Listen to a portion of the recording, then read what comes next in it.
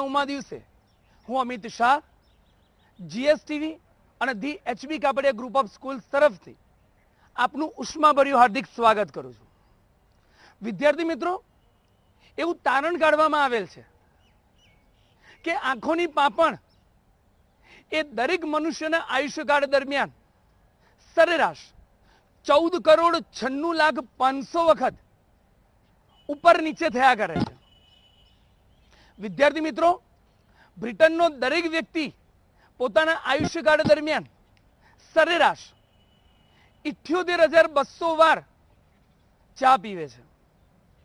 વિદ્યાર્થી મિત્રો, એવું તારણ કાઢવામાં આવેલ છે કે વિશ્વનો દરેક વ્યક્તિ પોતાના આયુષ્યકાળ દરમિયાન સરેરાશ 314 વખત દવાખાનાની મુલાકાત લે છે। વિદ્યાર્થી મિત્રો, તો શું છે આ બધું? ઓફકોર્સ આંકડાઓની માયાજાળ, ગણિત। અને ગણિતની જ એક એવી શાખા જેને આપણે આંકડા શાસ્ત્ર તરીકે ઓળખીએ છીએ। તો વિદ્યાર્થી મિત્રો, ધોરણ 12 સામાન્ય પ્રવાહના આંકડા શાસ્ત્ર વિશે ઊંડાણપૂર્વકનું જ્ઞાન મેળવવા માટે આજે આપણે આપ સૌ એકત્રિત થયેલ છે।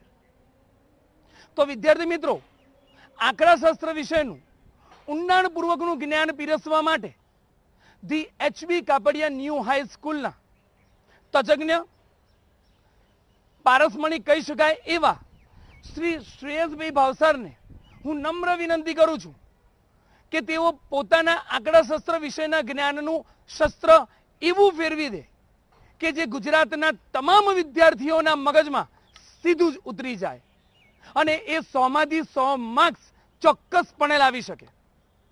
તો તમારો વધારે કિંમતી સમય ન બગાડતા હું વિનંતી કરીશ, પ્લીઝ સુરેશભાઈ। નમસ્કાર વિદ્યાર્થી મિત્રો, તમારે 100માંથી 100 માર્ક લાવવા છે આંકડાશાસ્ત્રમાં, તો તેનું અભિયાન એચબીકે પરિવાર અને જીએસટીવી શરૂ કરી દીધું છે અને આજે એમાં સુરેખ સહસંબંધ અને સુરેખ નિયત સંબંધ એમ 24 માર્કનો આપણે અહીંયા અભ્યાસ કરવાનો છે અને 24માંથી 24 માર્ક્સ પૂરેપૂરા આવે તેવો આપણે અહીંયા પ્રયત્ન કરીશું। સૌ પ્રથમ આપણે આંકડાશાસ્ત્રના પ્રકરણ પ્રમાણેના ગુણભારની માહિતી મેળવીશું। ભાગ 1 પ્રકરણ 1 સૂચકાંક 12 ગુણ, પ્રકરણ 2 નિદર્શન પદ્ધતિઓ 10 ગુણ, પ્રકરણ 3 સુરેખ સહસંબંધ 12 ગુણ, પ્રકરણ 4 સુરેખ નિયત સંબંધ 12 ગુણ, પ્રકરણ 5 સંભાવના 12 ગુણ। ભાગ 2 માં પ્રથમ પ્રકરણ છે યાદચ્છિક ચલ અને અસતત સંભાવના વિતરણો 8 ગુણ, પ્રકરણ 2 પ્રામાણ્ય વિતરણ 8 ગુણ, પ્રકરણ 3 સામાયિક શ્રેણી 8 ગુણ, પ્રકરણ 4 ગુણોત્તર શ્રેણી 8 ગુણ અને પ્રકરણ 5 અંતર્વેશન અને બહિર્વેશન 10 ગુણ। પ્રકરણ વિશે માહિતી મેળવ્યા પછી આપણે હવે પરિરૂપ વિશે માહિતી મેળવીશું।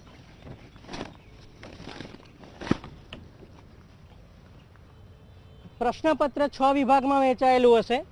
વિભાગ એ પ્રશ્ન નંબર 1 થી 10 ગુણ, જેમાં એમસીક્યુ પૂછવામાં આવશે, બહુ વિકલ્પિક પ્રશ્નો, જેમાં દરેક પ્રકરણમાંથી એક એક પ્રશ્ન પૂછવામાં આવશે।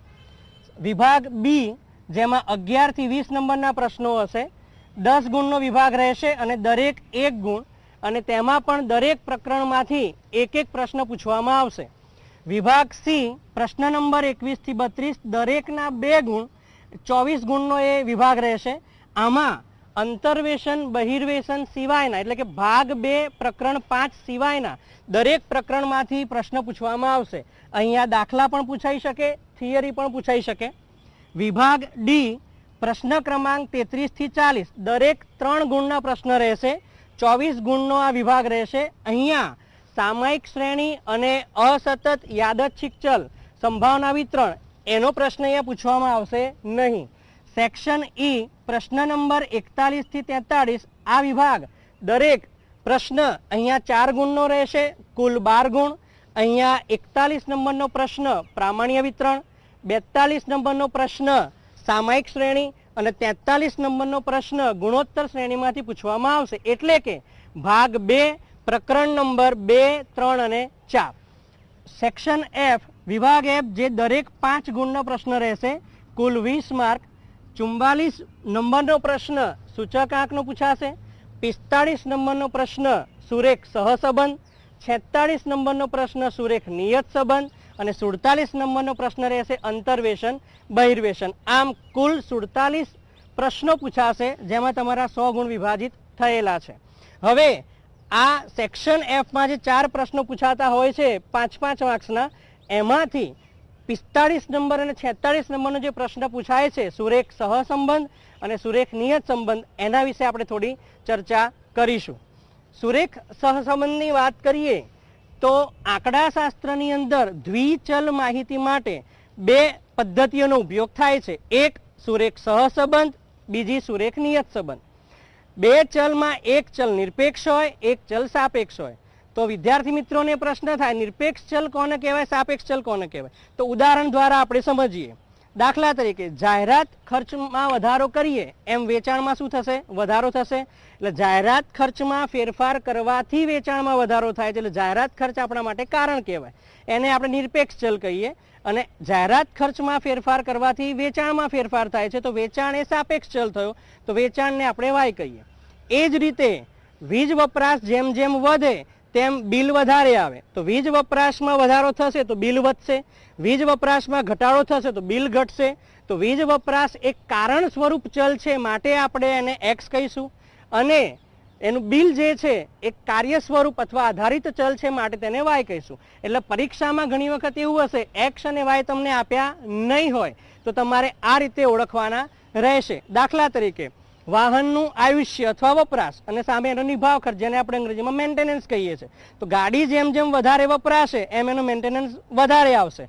તો ગાડીનો વપરાશ એ નિરપેક્ષ ચલ એક્સ થયો અને તેનો નિભાવ ખર્ચ એ મેન્ટેનન્સ એટલે કે વાય થયો.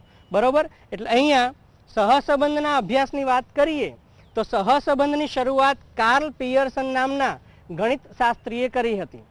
સહસંબંધની વ્યાખ્યા કહેવા જઈએ તો એમ થાય કે 2 ચલ વચ્ચે કાર્ય કારણનો સંબંધ હોય તો તે 2 ચલ વચ્ચે સહસંબંધ કહેવાય.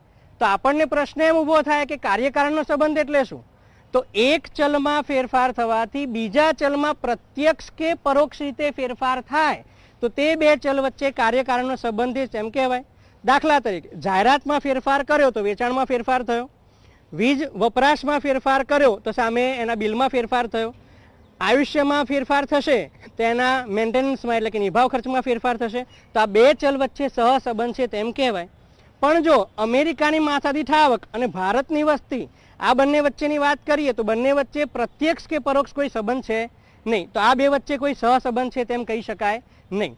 હવે સહસંબંધના અભ્યાસની રીતોની વાત કરીએ તો સહસંબંધના અભ્યાસની મુખ્ય 3 રીતો છે. પહેલી રીત છે વિકિરણ આકૃતિની રીત. બોર્ડની અંદર ફક્ત એક વખત આના 3 માર્કનો પ્રશ્ન પૂછાયેલો છે. મોટા ભાગે આ પ્રશ્ન ઓછો પૂછાય છે, પણ આની મર્યાદા એ છે કે આના દ્વારા સહસંબંધાંકનું ઘનિષ્ઠતા ભર્યું એટલે કે ચોક્કસ માપ મળતું નથી. એસક્યુમાં આ પ્રશ્ન ઘણી વખત પૂછાતો હોય છે. બીજી પદ્ધતિ છે કાર્લ પિયર્સનની ગુણન પ્રઘાતની રીત. કાર્લ પિયર્સનની ગુણન પ્રઘાતની રીતને શ્રેષ્ઠ પદ્ધતિ કહેવામાં આવે છે, કારણ કે આના દ્વારા આપણને સચોટ અને ચોક્કસ માપ મળે છે. ત્રીજી પદ્ધતિ છે સ્પીયરમેનની ક્રમાંક સહસંબંધાંકની રીત. આ પદ્ધતિ ચાર્લ્સ એડવર્ડ સ્પીયરમેન નામના ગણિતશાસ્ત્રીએ શોધી હતી અને આ પદ્ધતિનો ઉપયોગ 2 સંજોગોમાં કરવામાં આવે છે. એક કે જ્યારે માહિતી ગુણાત્મક હોય એટલે કે જેને સંખ્યામાં માપવી શક્ય ન હોય. દાખલા તરીકે બ્યુટી કોન્ટેસ્ટ હોય તો આપણે કોઈ મિસ યુનિવર્સ અથવા તો મિસ વર્લ્ડ એના આપણે માર્ક્સ આપી શકતા નથી, આંકડામાં માર્ક્સ આપી શકતા નથી. એ ગુણાત્મક માહિતી કહેવાય. માટે એના માટે સ્પીયરમેનની ક્રમાંક સહસંબંધાંકની રીતનો ઉપયોગ થાય. બીજું, જ્યારે માહિતીનો પ્રસાર વધારે હોય, પ્રસાર વધારે એટલે કે દાખલા તરીકે એક્સની અંદર 5, 10, 500, 1000, 25, 6, એટલે તમે જોશો કે નાની કિંમત ને મોટી કિંમત ગેપ વધારે છે, પ્રસાર વધારે છે, તો એ સંજોગોમાં કાર્લ પિયર્સનની પદ્ધતિ આપણને થોડી કઠિન પડી શકે. એ સંજોગોમાં સ્પીયરમેનની ક્રમાંક સહસંબંધાંકની રીતનો ઉપયોગ થાય. સામે આપણે સુરેખ નિયત સંબંધની વાત કરીએ. તેની વ્યાખ્યા શબ્દમાં જ છે નિયત અને સંબંધ. તો ચલ એક્સ અને વાય વચ્ચે પ્રસ્થાપિત થતા ગાણિતિક વિધેયથી અથવા નિયત થતા ગાણિતિક વિધેયના સંબંધને સુરેખ નિયત સંબંધ કહેવામાં આવે છે. આ અભ્યાસની શરૂઆત સર ફ્રાન્સિસ ગાલ્ટન નામના ગણિતશાસ્ત્રીએ કરી હતી. તેમણે પિતા અને પુત્રની ઊંચાઈ તેનો સંબંધ દર્શાવવા માટે સર ફ્રાન્સિસ ગાલ્ટને નિયત સંબંધનો અભ્યાસ કર્યો હતો. નિયત સંબંધના અભ્યાસમાં મુખ્ય બે રીતો છે. એક વિકિરણ આકૃતિની રીત, પણ આ પદ્ધતિની મર્યાદા એ છે કે એમાં વ્યક્તિલક્ષી પરિણામ મળે છે, કારણ કે દરેક વ્યક્તિ જ્યારે આલેખ દોરે અને એના બિંદુ જોડે તો દરેક બિંદુ અલગ અલગ જોડશે અથવા એની સુરેખાઓ અલગ અલગ દોરશે, માટે પરિણામ એના વ્યક્તિલક્ષી મળશે.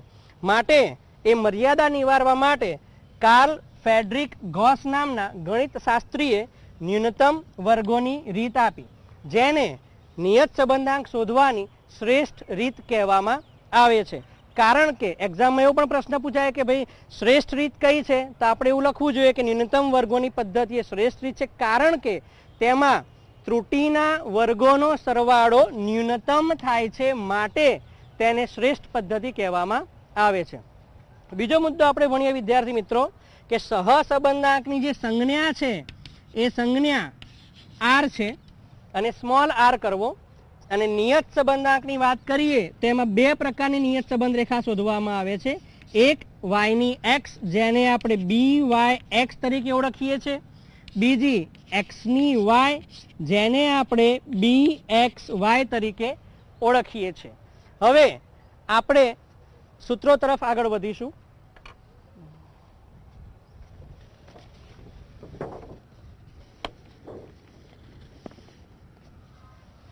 સહસંબંધાંકના સૂત્રોમાં વિદ્યાર્થીઓમાં એ મૂંઝવણ હોય છે કે ક્યારે કયું સૂત્ર એપ્લાય કરવું જોઈએ. આમ તો કાર્લ પિયર્સનના જે પ્રથમ 3 સૂત્રો છે એ કોઈ પણ સૂત્રથી દાખલો ગણો તો જવાબ આવે જ છે, પરંતુ સરળતા ખાતર આપણે એને અલગ અલગ વિભાગમાં અથવા અલગ અલગ એને ડાયમેન્શન્સમાં ગોઠવેલા છે. દાખલા તરીકે એક્સ બાર અને વાય બાર પૂર્ણાંકમાં આવે. સાદી ભાષામાં કહીએ તો જ્યારે એક્સ બાર આપણે શોધીએ અને જો પોઈન્ટમાં ન આવે તો તમારે આ સૂત્ર એપ્લાય કરવું જોઈએ. R is equal to sigma X minus X bar into Y minus Y bar upon under root sigma X minus X બારનો whole square under root sigma Y minus Y બારનો હોલ સ્ક્વેર. બીજું, જ્યારે x અને Y એટલે આપણને જે નિરપેક્ષ ચલ અને સાપેક્ષ ચલના અવલોકનો આપેલા હોય છે એ અવલોકનોની કિંમત 15 કે તેથી નાની હોય, બીજા શબ્દોમાં કહીએ કે જેના સ્ક્વેર્સ આપણને મોઢે આવડતા હોય, એ સંજોગોમાં તમે આ સૂત્ર એપ્લાય કરી શકો. R is equal to N sigma X Y minus sigma X into sigma Y upon under root N sigma X square minus sigma એક્સનો whole square under root N sigma Y square minus sigma વાયનો whole square. જ્યારે X bar અને Y બાર અપૂર્ણાંકમાં હોય, આપણી પાસે બે સંજોગો હોય. દાખલા તરીકે આ સૂત્ર એપ્લાય થઈ શકે એમ ના હોય. ક્યારે એપ્લાય ના થાય? કે જ્યારે એક્સ બાર અને વાય બાર પૂર્ણાંકમાં હોય ત્યારે. અહીંયા અપૂર્ણાંક એટલે કે એક્સ બારનો આન્સર પોઈન્ટમાં આવે અને એક્સ અને વાયની કિંમતો 15 કરતાં મોટી હોય, એટલે 50, 55, 75, 100 આવી કિંમતો આપી હોય, તો એ સંજોગોમાં R is equal to N sigma UV minus sigma U into sigma V upon under root N sigma U square minus sigma યુનો whole square under root N sigma V square minus sigma વીનો whole square. આ સૂત્રનો ઉપયોગ કરવો. એક્ઝામમાં ઘણીવાર એવું પૂછી શકે કે ઉગમ બિંદુ અને સ્કેલ પરિવર્તનની પદ્ધતિએ દાખલો ગણો, તો તમારે આ પદ્ધતિને જ ફોલો કરવી પડે. જુલાઈમાં એક વખતે બોર્ડમાં આવો પ્રશ્ન પૂછાઈ ચૂક્યો છે, એટલે વિદ્યાર્થી મિત્રોએ આ સૂત્રને પણ ધ્યાનમાં લેવું. જો ક્રમાંક સહસંબંધાંક શોધવાનો કયો હોય ત્યારે R is equal to 1 minus 6 sigma D square upon N into N square minus 1. ક્રમાંક સહસંબંધાંકનો દાખલો 5 માર્કમાં બોર્ડમાં અત્યાર સુધી એક જ વખત પૂછાયો છે અને એ પણ ઓપ્શનમાં છે. એટલે વધારે 5 ગુણની અંદર જો પ્રશ્ન કોઈ પૂછાતા હોય તો કાર્લ પિયર્સનના સૂત્રવાળો દાખલો પૂછાય. એટલે વિદ્યાર્થી મિત્રોએ કાર્લ પિયર્સનના દાખલા પર વધારે ભાર મૂકવો જોઈએ. હવે આપણે કાર્લ પિયર્સનનો દાખલો કેવી રીતે ગણાય સહસંબંધાંક શોધવાનો તેના વિશે માહિતી મેળવીશું. અહીંયા ચલ એક્સ અને ચલ વાય આપેલા છે. એક્સની અંદર 5, 3, 3, 2, 1 અને 2. ચલ y ની અંદર 13, 10, 8, 7, 5 અને 8 આ અવલોકનો આપવામાં આવ્યા છે. સૌ પ્રથમ x નો સરવાળો કરીશું, જેને આપણે સમેઝન ઓફ x એટલે કે સિગ્મા x કહીએ છીએ, 16 થશે. ત્યારબાદ y નો સરવાળો કરીશું, તો એ સરવાળાને કહીશું સમેઝન ઓફ y એટલે કે સિગ્મા y, એ થશે 51. હવે અવલોકનો જોતા આપણને એટલો ખ્યાલ આવે કે આ બધી કિંમતો એવી છે કે જેના સ્ક્વેર તમે મોઢે કરી શકો એમ છો, માટે આપણે આ બીજું સૂત્ર એપ્લાય કરવું જોઈએ.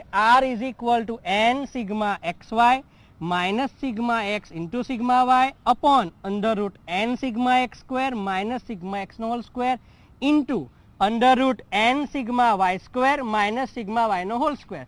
હવે આ સૂત્ર આપણે એપ્લાય કરવું છે તો આપણે કોલમ કયા કયા બનાવવા પડે? x ને y તો રકમમાં આપ્યા જ હોય, તો અહીંયા એક તો xy નું કોલમ બનાવવું પડે, બીજું કોલમ તમારે x સ્ક્વેરનું બનાવવું પડે અને એક કોલમ તમારે બનાવવું પડે y સ્ક્વેર. એટલે અહીંયા આપણે કોલમ બનાવીશું x સ્ક્વેર, y સ્ક્વેર અને xy. x સ્ક્વેરનું કોલમ કેવી રીતે બનાવીશું? તો x ની જે કિંમતો છે એના સ્ક્વેર કરીશું. 5 નો વર્ગ 25. અમુક વિદ્યાર્થી મિત્રો 5 ગુણ્યા 5 બરાબર એવું કરતા હોય છે કેલ્ક્યુલેટરમાં, પણ 5 ગુણ્યા કરીને ડાયરેક્ટ ઇઝ ઇક્વલ ટુ કરી નાખો તો પણ આન્સર આ જ આવશે.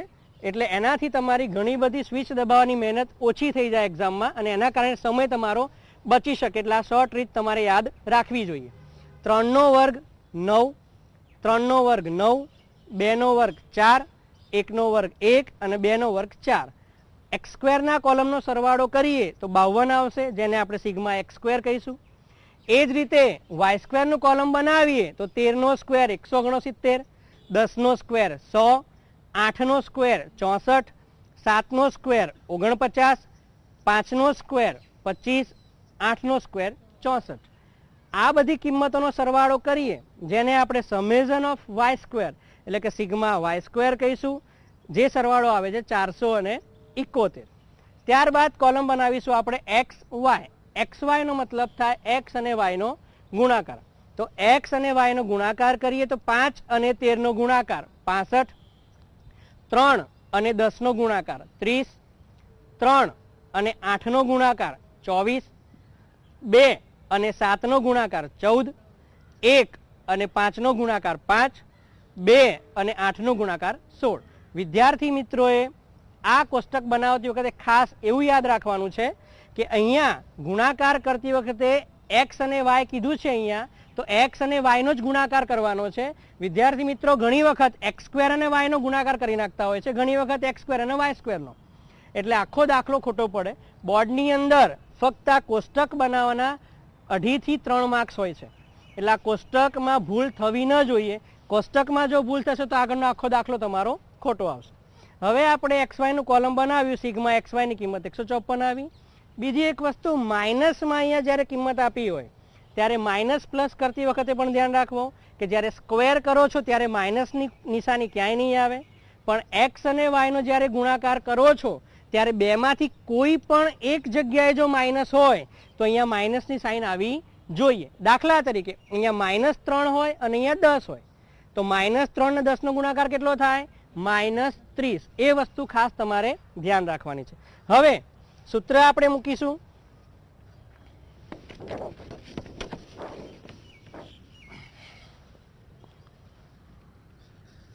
r is equals to n sigma xy minus sigma x into sigma y upon under root n sigma x square sigma x નો હોલ સ્ક્વેર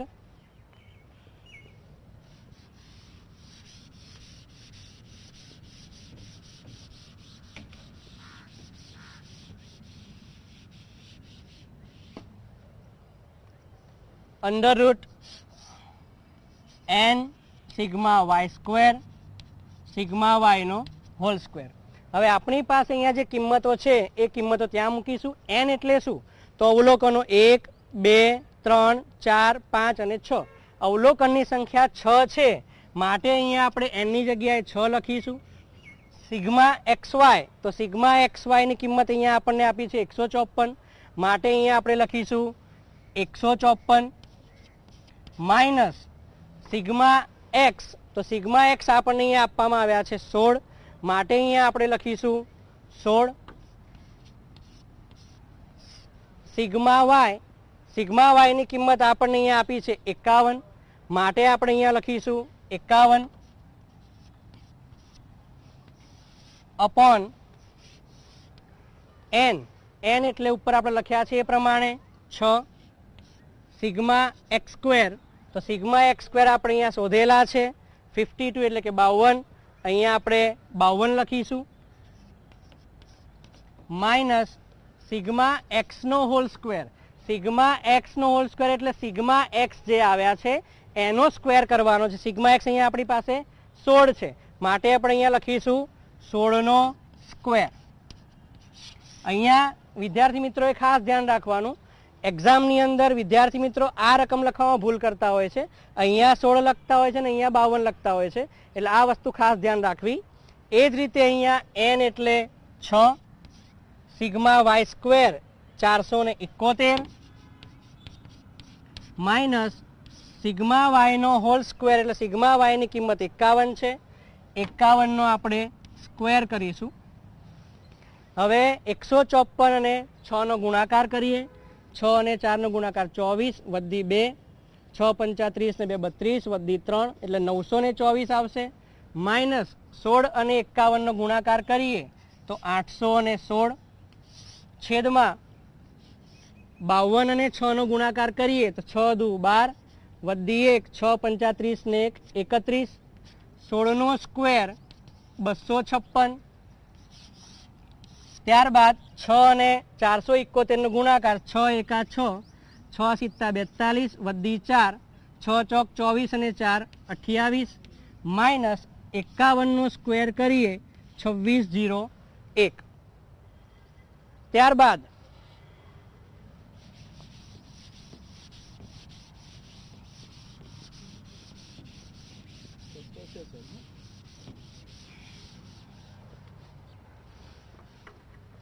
$924 માંથી 816 આપણે બાદ કરીશું એટલે 108 આવશે. 312 માંથી 256 બાદ કરીશું એટલે 56 આવશે. અને 2826 માંથી 2601 બાદ કરીશું એટલે 225 આવશે. સાદરૂપ આપતા 108 ભાગ્યા 56 નું વર્ગમૂળ કાઢવાનું છે, તો 56 નું વર્ગમૂળ 7.48 આવશે અને 225 નું વર્ગમૂળ આવશે 15. 108 ભાગ્યા 7.48 અને 15 નો ગુણાકાર કરવાનો છે, એ ગુણાકાર આવશે 112.2. આ બેનો ભાગાકાર કરીશું એટલે આપણને સહસંબંધાંક મળશે 108 ભાગ્યા 112.2 એટલે 0.96. આ તમારો સહસંબંધાંકનો આન્સર આવશે. હવે એક વસ્તુ બીજી યાદ રાખો કે જ્યારે આન્સર લખો ત્યારે તેને હાઇલાઇટ કરવું જોઈએ, એટલે કે અહીંયા તમારે બોક્સ કરવું જોઈએ જેથી પરીક્ષકને ધ્યાનમાં આવે. આ જ પ્રશ્નમાં બીજું અર્થઘટન પૂછાઈ શકે. તો અર્થઘટન જ્યારે પૂછાય તો જો r ની કિંમત +1 આવે તો તમારે સંપૂર્ણ ધન સહસંબંધ છે એવું લખવું પડે. જો r ની કિંમત -1 આવે તો સંપૂર્ણ ઋણ સહસંબંધ લખવું પડે. અને r ની કિંમત જો 0 આવે તો તમારે લખવું પડે કે બે ચલ વચ્ચે સહસંબંધનો અભાવ છે. હવે આ જ દાખલાની અંદર નિયત સંબંધનો દાખલો કેવી રીતે ગણવો આપણે એની વાત કરીએ. દાખલા તરીકે નિયત સંબંધનો કોઈ પણ દાખલો પૂછાય તો કોષ્ટક તો આપણે આ જ બનાવવાના છે. હવે એક સ્ટેપ એમાં અહીંયા ફેરફાર થશે.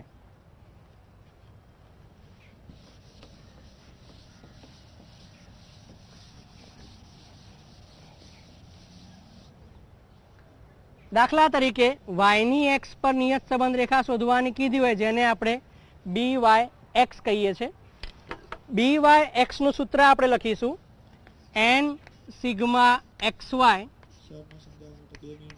Minus sigma X into sigma Y upon N sigma X square minus sigma X નો હોલ સ્ક્વેર.